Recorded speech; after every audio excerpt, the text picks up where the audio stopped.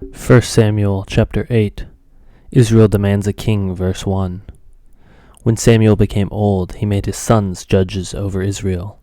The name of his firstborn son was Joel, and the name of the second was Abijah. They were judges in Beersheba. Yet his sons did not walk in his ways, but turned aside after gain. They took bribes and perverted justice. Then all the elders of Israel gathered together and came to Samuel at Ramah and said to him, Behold, you are old, and your sons do not walk in your ways. Now appoint for us a king to judge us like all the nations. But the thing displeased Samuel when they said, Give us a king to judge us. And Samuel prayed to the Lord. And the Lord said to Samuel, Obey the voice of the people in all that they say to you, for they have not rejected you, but have rejected me from being king over them, according to all the deeds that they have done from the day I brought them up out of Egypt, even to this day, forsaking me and serving other gods. So they are also doing to you. Now then, obey their voice. Only you shall solemnly warn them and show them the ways of the king who shall reign over them.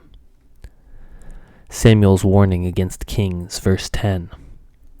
So Samuel told all the words of the Lord to the people who were asking for a king from him.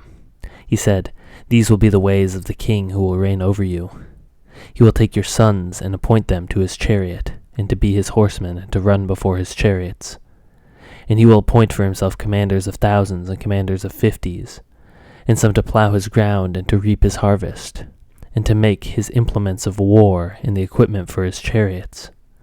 He will take your daughters to be perfumers and cooks and bakers. He will take the best of your fields and vineyards and olive orchards and give them to his servants. He will take the tenth of your grain and of your vineyards and give it to his officers and to his servants. He will take your male servants and female servants and the best of your young men and your donkeys and put them to his work. He will take the tenth of your flocks, and you shall be his slaves.